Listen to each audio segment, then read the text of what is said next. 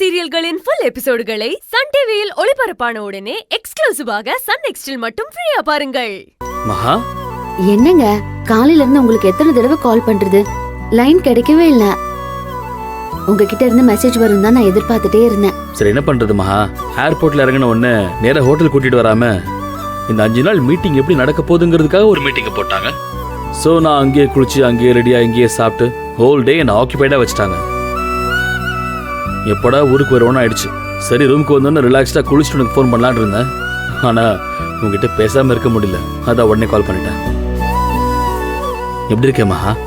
நீங்க மட்டும் இல்ல, இங்க நானும் தான் உங்களை மிஸ் பண்றேன், ரொம்பவே மிஸ் பண்றேங்க. என்ன பண்றது மகா, திடீர்னு கம்பெனில இப்படி ஒரு பிரச்சனை வரும்னு யார் கண்டா? அதை விடு, நீ மட்டும் வந்திருந்தா எவ்வளவு ஜாலியா இருந்திருக்கும் தெரியுமா? இப்ப கூட நம்ம 2 பேரும் ஜாலியா டின்னருக்கு எங்கேயாவது வெளியே போயிருக்கலாம். சரி, நைட்டுக்கு டிஃபன் என்ன சாப்பிட போறீங்க? வேற என்ன பண்றது, இங்கேயே கீழே ரெஸ்டாரண்ட் இருக்கும், டீம்மேட்ஸ்லாம் வருவாங்க. அவங்க சொல்ற மொக்க காமெடிக்கெல்லாம் வேற வழியே இல்லாம சிரிச்சுட்டு அவங்க கூட சேர்ந்து ஏதாவது ஒன்று சாப்பிட்டு படுக்க வேண்டியதுதான்.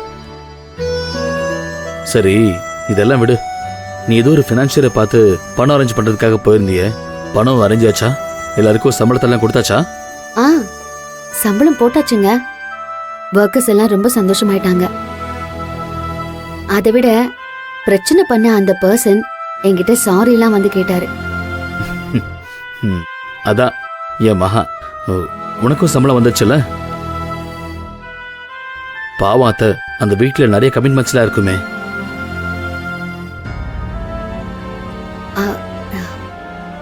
ஆமாங்க, ஓனர் எனக்கும் பேமெண்ட் போட்டாரு.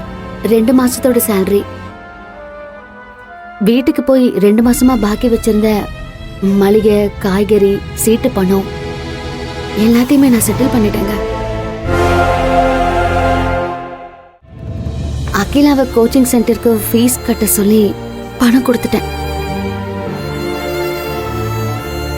நாளைக்கு தான் இங்க நம்ம வீட்டுல இருக்கிறவங்களுக்கு என்ன வேணும்னு கேட்டு வாங்கி கொடுக்கணும். அடேங்கப்பா, எல்லாருக்கும் சம்பள பணத்துல இவ செட்டில் பண்ணாலாமே.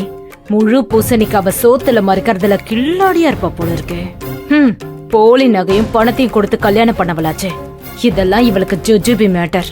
ஆனா எவ்வளவு அடிச்சாலும் தாங்குறாளே. அடுத்த அடி பெரிய அடியா தான் கொடுக்கணும். கொடுக்கறேன்டி.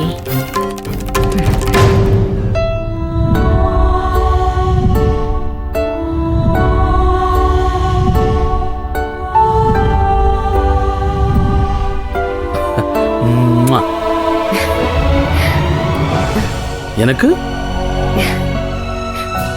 அதெல்லாம் இப்ப இல்ல, நீங்க எதுவா இருந்தாலும் நேர்ல வாங்க.